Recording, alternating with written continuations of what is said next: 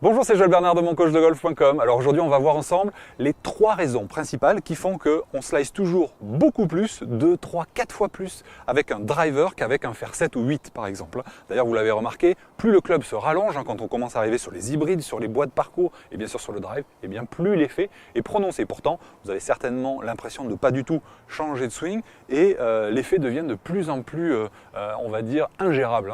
Avec un petit fer, vous allez vous en sortir, un fer moyen aussi, et après, bien, les balles se retrouvent dans le décor. Alors, pas de panique, il faut savoir que ce défaut-là se corrige très facilement. D'ailleurs, j'ai fait une deuxième vidéo. Si vous êtes vraiment, si vous avez vraiment marre du slice, je vous recommande vraiment d'aller la voir. Elle est juste en dessous de cette vidéo-là. Donc, on va voir déjà aujourd'hui dans cette vidéo pourquoi quand le club se rallonge, eh bien, l'effet augmente inévitablement.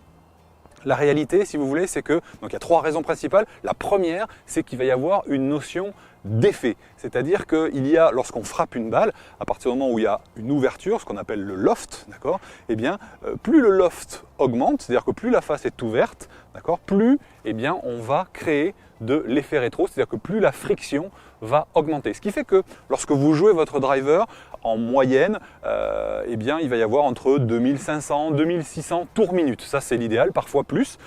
Certains vont passer les 3000 tours. En tout cas, idéalement, pour obtenir, on va dire, le bon compromis hauteur, c'est-à-dire portée de balle et roulement, eh bien, les bons joueurs se situent autour de 2500 tours minute. Et avec un fer 8, par exemple, il faut savoir qu'on monte à 8500 tours minute. Donc, ce qui fait que la balle tourne avec un petit fer nettement plus rapidement qu'avec un driver. Du coup, cet effet rétro étant très prononcé, il diminue considérablement l'effet latéral, c'est-à-dire qu'avec une friction identique, eh bien, un fer 8 va beaucoup moins dévier qu'un driver, tout simplement parce que l'effet rétro va diminuer l'effet latéral, tout simplement. Alors, il n'y a pas vraiment d'alternative à ça. La seule alternative que je vous propose, si vous avez vraiment des difficultés au niveau de l'effet latéral, c'est d'utiliser des balles plus dures qui vont prendre moins les effets. Plus la coque de la balle est molle, plus elle va prendre les effets. Mais la meilleure solution, c'est quand même de solutionner votre slice. Alors je sais que le slice c'est souvent problématique, mais je vous assure que si on prend le problème pas comme il est présenté d'habitude, c'est-à-dire en essayant de le corriger, mais plus en essayant de prendre les composantes nécessaires pour faire un draw, et bien là le slice disparaît. Mais ça, je ne vais pas en parler de cette vidéo parce que je vous en ai déjà parlé dans la vidéo qui est juste en dessous, ça ne sert à rien d'en parler 2 fois. Donc voilà, première raison, eh bien, c'est que lorsque vous avez un club plus court, l'effet rétro est plus prononcé. Passons maintenant à la deuxième raison, et là, on va passer en plein pied. À tout de suite. Alors, voyons maintenant la deuxième raison qui fait qu'on slice toujours beaucoup plus avec un drive, en tout cas quand on a une tendance à slicer, qu'avec un petit club. Eh bien, tout simplement, ça vient du phénomène suivant, c'est qu'on a un club qui est vraiment très différent au niveau de la longueur. Donc, ce qui fait qu'au niveau à la fois de la distance par rapport à la balle, ça n'a absolument rien à voir. Vous voyez, si le bout du grip est au même endroit, vous observez bien 2 distances, enfin deux balles qui sont placées, on va dire, à 35-40 bons centimètres d'écart. Et on a aussi ce qu'on appelle le lie, c'est-à-dire l'inclinaison du manche, qui est forcément beaucoup plus prononcée avec le drive qu'avec le fer neuf. Qu'est-ce que ça a comme incidence? Eh bien, quand on joue avec un fer neuf, un swing vertical, plutôt on va dire direct, va correspondre exactement à ce qu'il faut et donc donner beaucoup plus, va pas donner beaucoup d'effet latéral. Qui plus est, si on rajoute les fameux, j'ai pris le 9 exprès, je vous avais dit 8500 tours minute. Quand on prend un driver, eh bien ça nécessite automatiquement une inclinaison de geste qui va être forcément plus prononcée. Donc on a une sensation, on a un retour de club qui est plus arrondi dans la sensation. Si vous conservez le même plan qu'avec un fer neuf, ce que je vois souvent, je vois des joueurs avec le drive qui frappent la balle de manière beaucoup trop directe et pas assez de manière, ce que j'appelle fauchée. Et du coup, immanquablement, on a une direction de geste qui est dirigée vers la gauche. Alors, je ne vais pas vous expliquer ça en détail parce que ça sera un petit peu long. De toute façon, j'ai fait une vidéo qui est juste en dessous, que vous trouverez en cliquant sur le lien juste en dessous. Et bien dans cette vidéo, je vous explique les raisons qui font que la direction du swing doit être plus à droite lorsque vous voulez faire un draw. Et là, l'esprit, justement, ce que je vais vous recommander de faire lorsque vous avez un drive entre les mains, eh bien, c'est d'avoir justement un petit peu cette impression de faucher, de balayer, d'arriver en arc de cercle. On va essayer ça. Hop.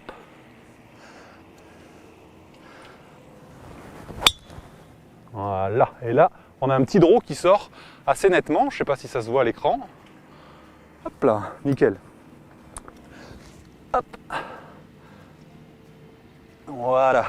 Donc vous voyez, l'esprit, c'est que du fait de la longueur du manche et de la distance par rapport à la balle qui est nettement plus importante avec un drive, eh bien ça nécessite un swing qui va être beaucoup plus circulaire, en tout cas dans la sensation et même mécaniquement. Maintenant, troisième raison qui fait qu'on slice plus avec un drive, eh bien il y a une raison qui est très simple, ça s'appelle notre ego. Eh bien quand on est devant la balle avec un driver, quand on joue avec les copains ou pas d'ailleurs, on a envie de mettre un gros missile. Et ce qu'on a tendance à faire, c'est à forcer, à frapper. Et lorsqu'on a tendance à frapper, on accélère son tempo. Et du coup, eh bien, c'est nous qui allons vite.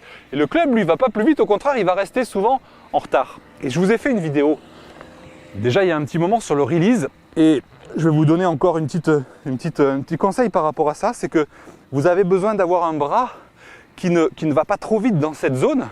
Un bras et un corps à la limite, hein, comme ceci. Vous verrez d'ailleurs avec la technique McEnroe que je vous enverrai dans 2 jours. Mais si, regardez, si je tire et que je ne fais pas passer mon club, je pense que vous entendez avec le micro le bruit que ça fait. Maintenant, regardez si je suis un petit peu plus cool ici au niveau du bras et que je laisse tourner mon avant-bras comme je vous avais montré dans le release. Écoutez, vous entendez, moi je vais limite moins vite, mais le bruit fait par la baguette est nettement plus important. Si vous n'avez pas de baguette, il suffit de prendre, et que vous êtes sur le parcours, il suffit de prendre votre driver, et là, vous pouvez faire exactement la même chose. Ça fait un petit peu moins de bruit qu'avec la baguette, mais je pense que vous entendez le sifflet nettement plus marqué. Bon, il y a le tracteur aussi qui est là, mais voilà, on entend que ça gifle beaucoup plus. Donc, lorsque vous avez un driver en main, ce que je vous recommande, c'est limite d'avoir un tempo presque plus lent, pas presque, c'est le cas, hein, vous devez avoir un tempo plus lent qu'avec vos fers. Du coup, ça va laisser le temps à votre club de parcourir plus de distance, parce que comme il est plus long, il faut lui laisser plus de distance, enfin plus de temps pour revenir dans la balle. Donc en sensation, eh bien, on a l'impression d'aller un petit peu plus lentement. Démonstration.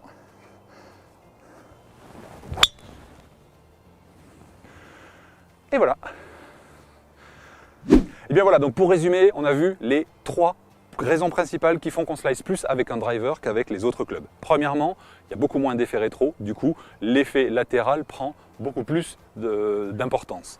Deuxièmement, on a vu que la distance par rapport à la balle fait que le swing doit être beaucoup plus en arrondi comparé à celui d'en fer. Ce qui fait que si on garde la même gestuelle, le même mouvement qu'avec un fer, ben, fatalement, on a une direction de geste qui est orientée beaucoup trop à gauche, alors qu'avec le drive, comme je vous ai expliqué, il faut que ça soit dirigé un peu plus à droite. Et troisièmement, on a vu aussi que le piège dans lequel tout le monde tombe, ça vous le savez, vous comme moi, eh bien, lorsque on est avec un drive en main, surtout quand on a un trou qui est assez long, ou surtout quand on a envie de s'amuser, on a envie de mettre une grosse patate, et là, notre tempo s'accélère, et on se retrouve forcément avec un club qui est en retard, le release se fait trop tardivement, et là, la balle est complètement soit bloquée à droite pour les meilleurs joueurs, soit carrément slicée pour les autres, surtout quand on a tendance à tirer, à forcer avec le coup d'épaule.